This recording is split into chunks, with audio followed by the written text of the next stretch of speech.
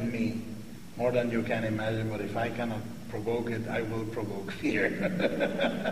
And I think as a child that was disfranchised from everything, that was in a world that was the wrong size, run by the wrong people and the wrong morale and the wrong rules, I felt completely outside of that.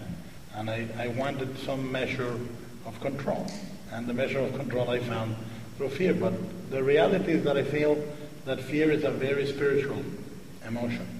And that in a world where we are so pragmatic and so materialistic, fear is the only emotion that allows even a sophisticated person with an iPhone and an iPad and a car and a cable to believe in something beyond.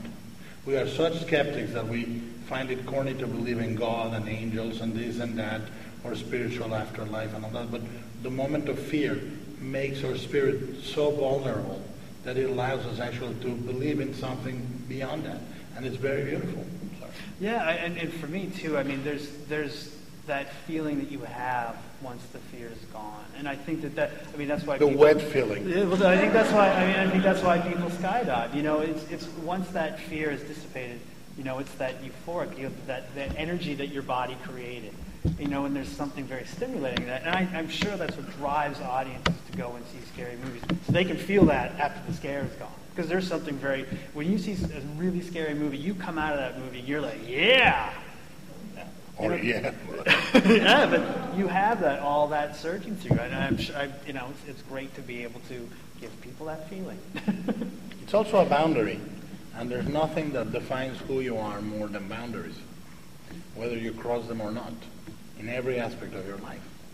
So horror is a really great boundary. Me? As I said, mainly real life.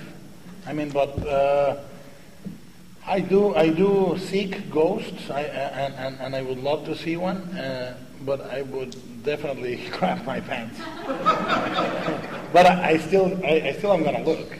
I mean, Mike Mignola, Danny Elfman, and I, when we were doing Hellboy 2, there's a hotel in London, very famous, the Langham Hotel. And there is 2 rooms in that hotel that are haunted.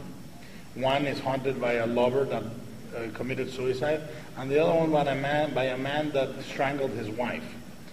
I booked the wrong room. I wanted to book the one of the guy that threw himself out the window, and I booked the one with the strangler.